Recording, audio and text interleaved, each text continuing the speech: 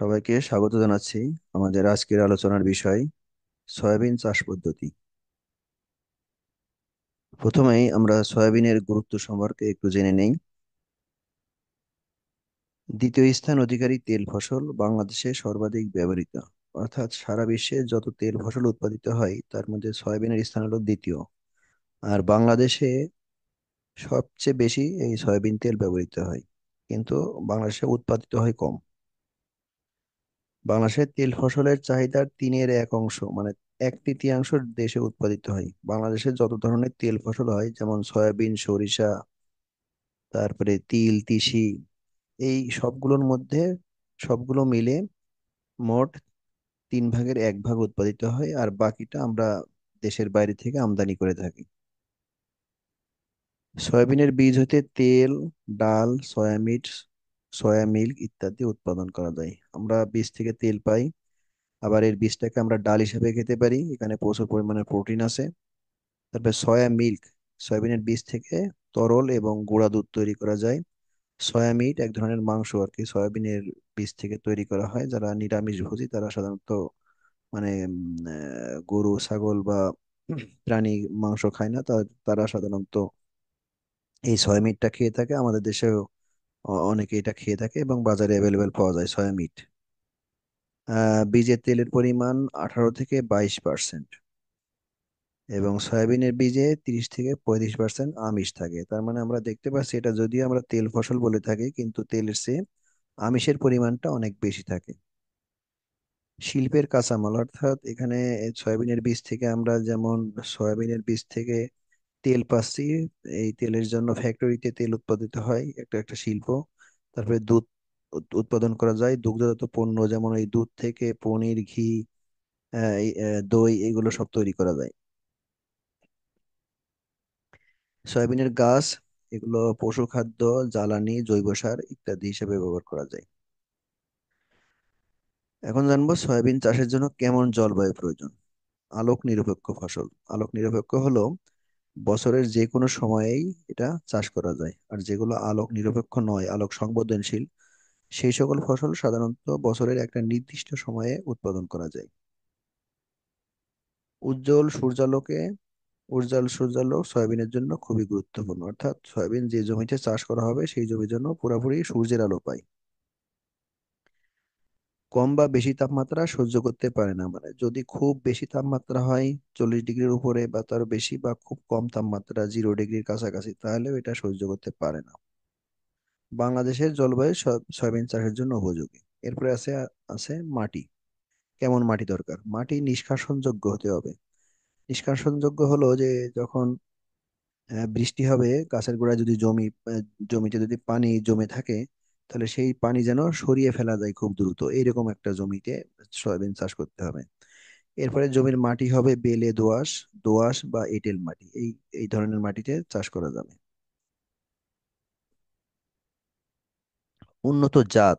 Soybean চাষের কিছু সয়াবিনের উন্নত জাত আছে, আমরা সেই জাতগুলো জানি, যেমন ডেভিস, সোহাগ, তারপরে বারি সয়াবিন 5, বারি সয়াবিন 6, বিনা সয়াবিন 1, বিনা সয়াবিন 2, বিনা সয়াবিন 6, বাংলাদেশ সয়াবিন 1, এগুলো উন্নত জাত। বপন সময়, কখন বীজ বপন করব?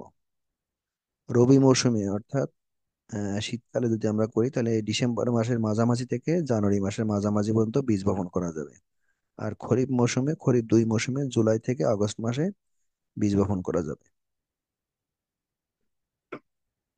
বীজের হার ও রোপণ দূরত্ব। বীজের হার মানে প্রতি শতকে বা প্রতি হেক্টরে কি পরিমাণ বীজ লাগবে। সাধারণত হেক্টরে হিসাব করলে 60 থেকে 70 কেজি, আর প্রতি শতকে যদি আমরা হিসাব করি তাহলে 250 গ্রাম লাগবে মাত্র।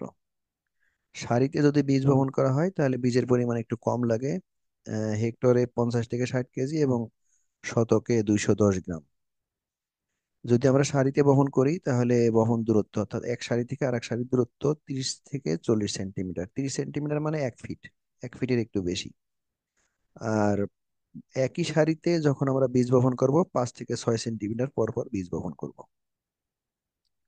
সার প্রয়োগ। শতক প্রতি সারের মাত্রা দেওয়া হলো, যেমন গোবর সার 32 থেকে 40 কেজি, ইউরিয়া 200 থেকে 240 গ্রাম, টিএসপি 600 থেকে 700 গ্রাম, এমপি 400 থেকে 500 গ্রাম, এমপি মানে পটাশ সার, জিপসাম 350 থেকে 450 গ্রাম এবং বোরিক অ্যাসিড 20 থেকে 30 গ্রাম। সার প্রয়োগের সার প্রয়োগের পদ্ধতি: সবটুকু সার শেষ চাষের সময় জমিতে ভালোভাবে মিশিয়ে দিতে হবে। যখন জমি চাষ দেওয়া হয় শেষ চাষের সময় সারগুলো জমিতে ভালোভাবে ছিটিয়ে তারপরে আবার আবার আরেকটি সার দিয়ে মিশিয়ে দিতে হবে। অণুজীব সার প্রয়োগ: আমরা যদি অণুজীব সার প্রয়োগ করি তাহলে সেই ক্ষেত্রে ইউরিয়া সার প্রয়োগ করার প্রয়োজন হবে না। এই অণুজীব সার প্রয়োগের নিয়ম হলো, ছায়াযুক্ত স্থানে 1 কেজি বীজের মধ্যে 65 থেকে 75 গ্রাম অণুজীব সার বা বায়ো ফার্টিলাইজার বলা হয় ভালোভাবে মিশিয়ে নাড়াচাড়া করে বীজ সাথে সাথে বপন করতে হবে। সেচ ব্যবস্থাপনা: সয়াবিন চাষে 2 বার সেচের প্রয়োজন হয়, যেমন বীজ গজানোর 25 থেকে 30 দিনের মধ্যে অর্থাৎ ফুল আসার সময় একবার, এবং বীজ গজানোর 55 থেকে 60 দিনের মধ্যে ফুল থেকে যখন শুটি গজায় মানে সিম বের হয় তৈরি হয় তখন একবার। অন্যান্য পরিচর্যার মধ্যে আছে আগাছা দমন: জমিতে আগাছা দেখা দিতে পারে তাহলে আমরা আগাছা সাধারণত ম্যানুয়ালি হাত দিয়ে বা লেবার দিয়ে আমরা তুলে ফেলতে পারি। সারি করে যদি ফসল চাষ করা হয় তাহলে আগাছা দমন করা সহজ হয়। চারা পাতলাকরণ: যদি ছিটিয়ে বপন করা হয় তাহলে খুব ঘন ঘন চারা গজাতে পারে কোথাও, আর কোথাও পাতলা হতে পারে। তাহলে যে সকল স্থানে খুব ঘন হয়ে চারা গজায় সেই সকল জায়গা থেকে সাধারণত একটু ছোট বা দুর্বল গাছ চারাগুলো তুলে ফেলতে হবে, তাহলে গাছগুলো ফাঁকা ফাঁকা হবে এবং স্বাস্থ্যবান হবে। সয়াবিনে বেশ কিছু পোকামাকড় আক্রমণ করে, তার মধ্যে সবচেয়ে গুরুত্বপূর্ণ পোকা হলো বিছা পোকা। বিছা পোকা দেখতে যে এরকম পাতা খেয়ে থাকে, এবং এর যে বিছা পোকার যে ক্রিয়া বা লার্ভা এটাই সাধারণত ক্ষতি করে থাকে। এর ক্ষতির লক্ষণ: ছোট অবস্থায় এরা দলবদ্ধভাবে বসবাস করে, একটা পাতার উপর অনেকগুলো পোকার লার্ভা থাকে বা বাচ্চা থাকে। এরা সাধারণত গাছের পাতায় আক্রমণ করে। এ পোকার কীড়া দলবদ্ধভাবে থেকে পাতার সবুজ অংশ খেয়ে পাতাকে পাতলা সাদা পর্দার মতো করে ফেলে। পোকার দমন ব্যবস্থা: পোকা দেখার সঙ্গে সঙ্গে গাছ থেকে পোকা সহ পাতা সংগ্রহ করে মেরে ফেলতে হবে। সেচ নালায় কেরোসিন মিশ্রিত পানি থাকলে কীড়া পানিতে পড়ে মারা যায়। আমরা যে সারি করে যদি ফসল চাষ করে থাকি তাহলে 2 সারির মাঝখানে আমরা যে সেচের পানি দেব তখন ওই সময় আক্রমণ করলে পানির মধ্যে একটু পানির উপরে কেরোসিন ছিটিয়ে দিতে পারে, অনেক সময় এই পোকাগুলোর মধ্যে পড়লে মারা যাবে। আর যদি কীটনাশক প্রয়োগ করার প্রয়োজনীয় হয় তাহলে ডায়াজিনন 60 ইসি 2 মিলিলিটার প্রতি লিটার পানিতে মিশিয়ে বিকালে জমিতে প্রয়োগ করতে হবে।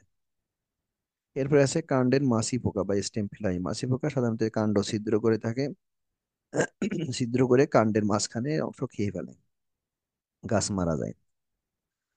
এ পোকার কীড়া কাণ্ড ছিদ্র করে ভিতরের নরম অংশ খেয়ে ফেলে, ফলে আক্রান্ত গাছের অংশ বিশেষ অথবা সম্পূর্ণ গাছ দ্রুত মারা যায়।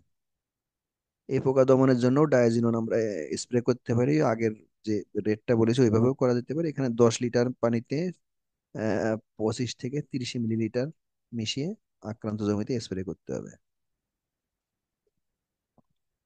এরপরে আরেকটি পোকা পাতা মোড়ানো পোকা বা লিফ রোলার বলা হয়।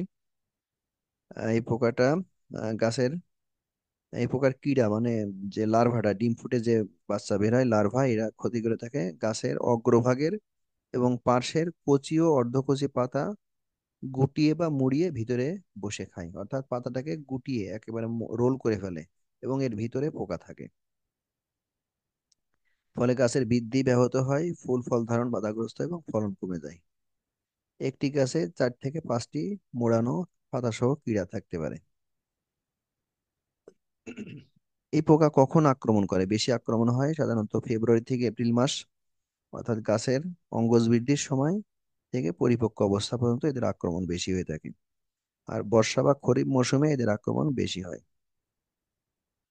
এ প্রকার সমন্বিত ব্যবস্থাপনা: পাতা মোড়ানো পোকা মোড়ানো পাতা সহ কীড়া সংগ্রহ করে মেরে ফেলতে হবে। যে পাতাগুলো গাছে দেখা যাবে যে মোড়ানো আছে সেই পাতাগুলো হাত দিয়ে সংগ্রহ করে এগুলো মেরে ফেলতে হবে।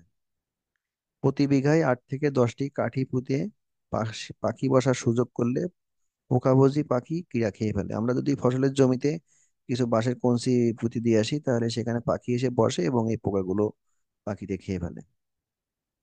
প্রতিরোধী জাত যেমন সোহাগ এবং বারি সয়াবিন ছয় চাষ করলে আক্রমণ কিছুটা কম হয়। সময় মতো আগাছা দমন, পাতলাকরণ, পরিষ্কার পরিচ্ছন্ন চাষাবাদ করলে পোকার আক্রমণ কমে যায়। সুমিথিয়ন 57 ইসি, সেভিন অথবা সেভিন 20 এসি অথবা পারফেক্থিয়ন 40 ইসি প্রতি লিটার পানিতে 2 মিলিলিটার মিশিয়ে আক্রান্ত জমিতে 10 দিন পর পর 2বার স্প্রে করতে হবে, তাহলে পোকার আক্রমণ কমে যাবে।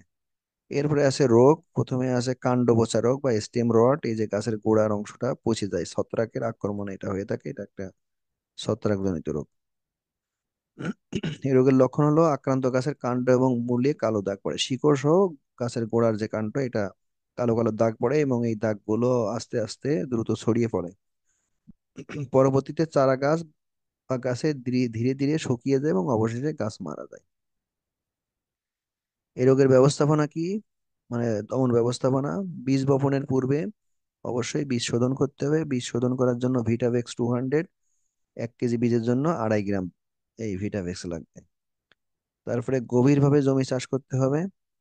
জমি হতে ফসলের পরিত্যক্ত অংশ, আগাছা আবর্জনা পরিষ্কার করে রোগের উৎস নষ্ট করতে হবে। অনেক সময় রোগের জীবাণু জমিতে আগাছার মাধ্যমে বা আবর্জনার মাধ্যমে থাকতে পারে, সেই জন্য এগুলো পরিষ্কার করে ফেলতে হবে। এরপরে আছে হলুদ মোজাইক রোগ। এটা একটা ভাইরাস জনিত রোগ এবং এই রোগের লক্ষণ তো আমরা এই যে ছবিতে দেখতে পাচ্ছি যে সবুজ পাতার উপরে হলুদ হলুদ ছিটে ফোটা থাকে। হলুদ মোজাইক এর লক্ষণ হলো মোজাইক লক্ষণ। মোজাইক লক্ষণ বলা হয় হলো যে, যেমন আমাদের মোজাইক ফ্লোর, আমরা যে ঘর তৈরি করি মেঝে, মোজাইক ফ্লোরে যেমন কালো এবং সাদা সাদা পাথরের ছিটে ফোটা থাকে, এরকম আহ স- গাছের পাতায় হলুদ এবং সবুজ রঙের ছোপ ছোপ ছিটে ফোটা থাকে। হলদে পাতাযুক্ত আক্রান্ত গাছ সাধারণত খাটো হয় এবং বামন আকৃতির হয়ে থাকে। এটা বেশি বড় হয় না। মেঘলা আবহাওয়ায় এ রোগটি দ্রুত বৃদ্ধি পায়। এই রোগটা জাপ পোকার মাধ্যমে বিস্তার ঘটে, যেমন মশার মাধ্যমে আমাদের এই যে ম্যালেরিয়া বা ডেঙ্গু রোগ এর বিস্তার ঘটে, ঠিক তেমনি জাপ পোকা এই রোগের বিস্তার ঘটায়। হলুদ মোজাইক রোগ ব্যবস্থাপনা: কিভাবে ব্যবস্থাপনা নিব বা দমন করব? সহনশীল জাত যেমন বাংলাদেশ সয়াবিন 4 এটার আবাদ করা, এটা হলুদ মোজাইক রোগ প্রতিরোধী কিছুটা। আক্রান্ত গাছ বাছাই করে তুলে মাটির নিচে পুঁতে ফেলা। যদি কোনো জমিতে এরকম মোজাইক লক্ষণ দেখা দেয় তাহলে সঙ্গে সঙ্গেই সেই গাছটা তুলে ফেলতে হবে, যাতে রোগটা ছড়িয়ে পড়তে না পারে। এরপরে রোগমুক্ত বীজ বপন করতে হবে। ভাইরাসের বাহক পোকা যেমন জাপ পোকার কথা বলেছি, এই পোকা দমনের জন্য ডাইমেথয়েড, তারপরে এডমায়ার বা টিডো যে কোনো একটি আহ, এই আহ, কীটনাশক 1 মিলিলিটার প্রতি লিটার পানিতে মিশিয়ে স্প্রে করতে হবে। এরপরে আছে ফসল সংগ্রহ ও বীজ সংরক্ষণ। ফসল সংগ্রহের সময় হলে গাছ হলুদ হয়ে যায় এবং গাছের যে ফল, শুটি, এটাও হলুদ হয়ে যায়। অনেক পাতা ঝরে পড়ে। মাটির উপর থেকে কেটে সংগ্রহ করতে হবে, গাছটা উপড়িয়ে আনা যাবে না, উপড়িয়ে আনলে জমির উর্বরতা কমে যাবে। যেহেতু এটা একটা শুটি জাতীয় বা লিগিউম জাতীয় ফসল, এর শিকড়ে এক ধরনের ব্যাকটেরিয়া বাস করে, যে ব্যাকটেরিয়াটা ফসলের উপকার করে থাকে। এই জন্য আমরা গাছের শিকড়টা রেখে আসবো, উপর থেকে গাছ কেটে আনবো। তারপরে এই গাছটা 3 থেকে 4 দিন রোদে শুকিয়ে লাঠি দিয়ে পিটিয়ে বীজ আলাদা করা হয়। বীজ যখন শুকানো হবে এর আর্দ্রতা 9%-এর নিচে আসতে হবে। শুষ্ক এবং বায়ুরোধী পাত্রে সংরক্ষণ করতে হবে। এর ফলন হলো প্রতি হেক্টরে 1,500 থেকে 2,000 কেজি বা 1.5 থেকে 2 টন, বা আমরা যদি শতকে হিসাব করি প্রতি শতকে 6 থেকে 8 কেজি। এই ছিল আমাদের আজকের আলোচনা। সবাইকে অসংখ্য ধন্যবাদ। আল্লাহ হাফেজ।